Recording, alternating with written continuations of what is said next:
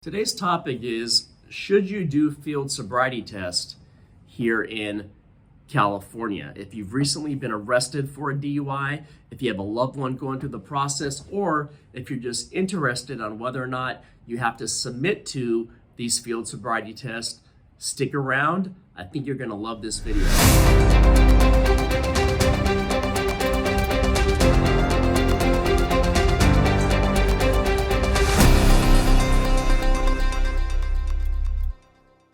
My name is Dod. I've been a criminal defense attorney here in San Diego County since 2004. My firm is Dod Law. We're located right here in downtown San Diego. We're just a few blocks from the courthouse. We also have an office in Vista right across from the Vista courthouse. Today I want to talk to you about field sobriety test here in California. Before we get started, hit the notification bell so you can get all notifications when I put out a video. Hit that like button and subscribe to my channel so we can help educate the public. Now, should you take field sobriety test if you're ever pulled over under suspicion of DUI? And here's the answer: never, never, never. You do not have to take the field sobriety test. So don't let the officer make you believe that you have to take these field sobriety tests, because what they're going to tell you is, we're just going to ask you to do some tests, and if you do well on them, we're going to let you go. That's all nonsense, because the moment they pull you over and they see all the objective symptoms on you that they're trained and experienced to look for, they have a very strong suspicion that they're going to arrest you and take you into custody. So all the field sobriety tests are doing is gathering more evidence against you that they can use against you. Now, let's be clear. When they ask you to do the handheld breath machine called a PAS, preliminary alcohol screening test, on the side of the road, you do not have to do that. However, when you go to the station, you have to submit to a blood test or breath test. It's called the implied consent law. If you don't, you get a refusal. I have a whole separate video on YouTube on a refusal. You can go ahead and watch the refusal video. But today, all we're going to talk about are these nonsense, completely trash field sobriety tests. They're junk. It's all junk, really, these field sobriety tests, because they're designed to fail. Nobody can pass these field sobriety tests. In fact, I had an officer in one of my trials a while back do the field sobriety test in front of the jury, because he said that my client, a female client who was wearing high heels in a dress. She did take off her high heels, but she's still in a dress on the side of the road, and it's freezing and there's cars flying by. He had her do the field sobriety test. So I had him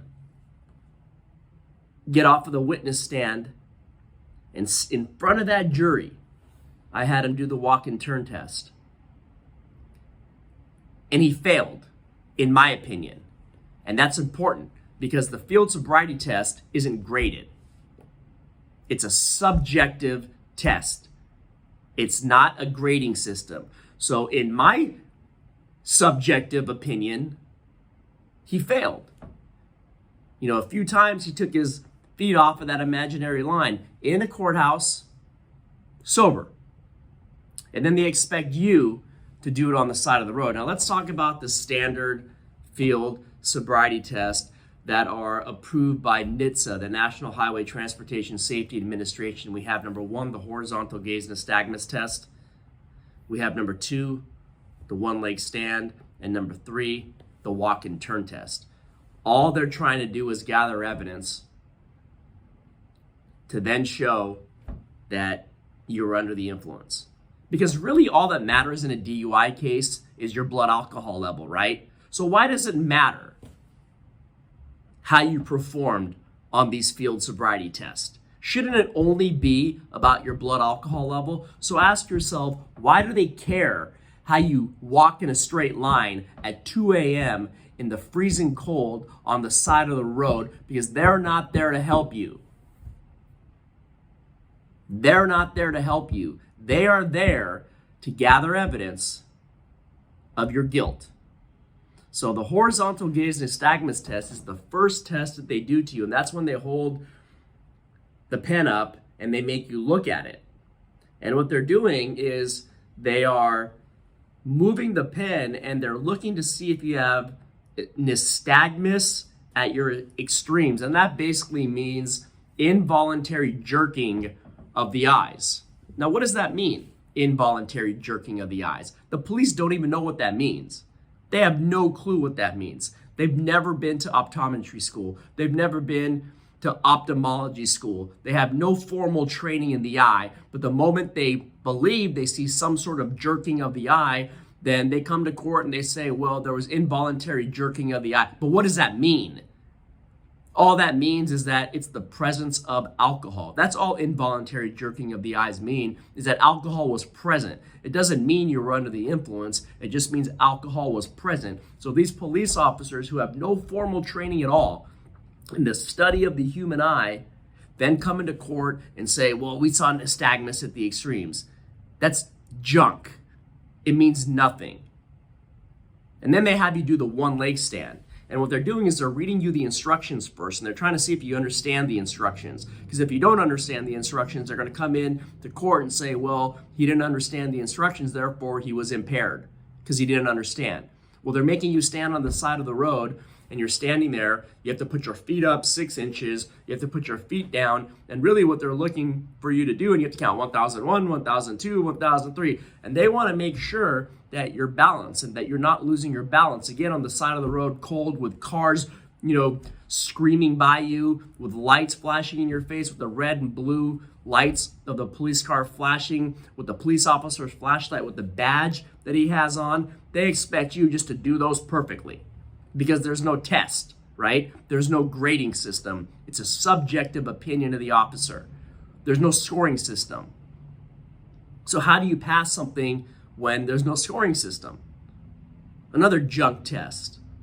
And then they have you do the most junk of the junk, which is the walk and turn test. Again, on the side of the road. Sometimes I have cases where they're kind of on a hill and they're making you do a walk and turn test on a slope. Well, the walk and turn test, they're going to make you pick an imaginary line on the ground. They don't grab a piece of chalk and draw a line for you to make it easy for you. They just tell you, well, walk an imaginary line. That's it. Walk 9 steps heel to toe, turn around and come 9 steps back heel to toe. That's all they tell you in an imaginary line. And if you go heel to toe and you're just a half an inch off, then in their subjective opinion, you were under the influence. And after they do those tests, they're going to tell you, well, now just to confirm, we just want to do the breath test. And if your breath test comes back under a 0.08, we'll let you go. That's nonsense because they already know what they're going to do. Do not ever do the field sobriety test here in California. I practice down here in San Diego.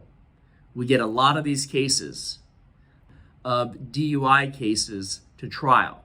And I've even cross-examined an officer, and I've had the officer get off of the witness stand and do the field sobriety test, and he failed in a controlled environment.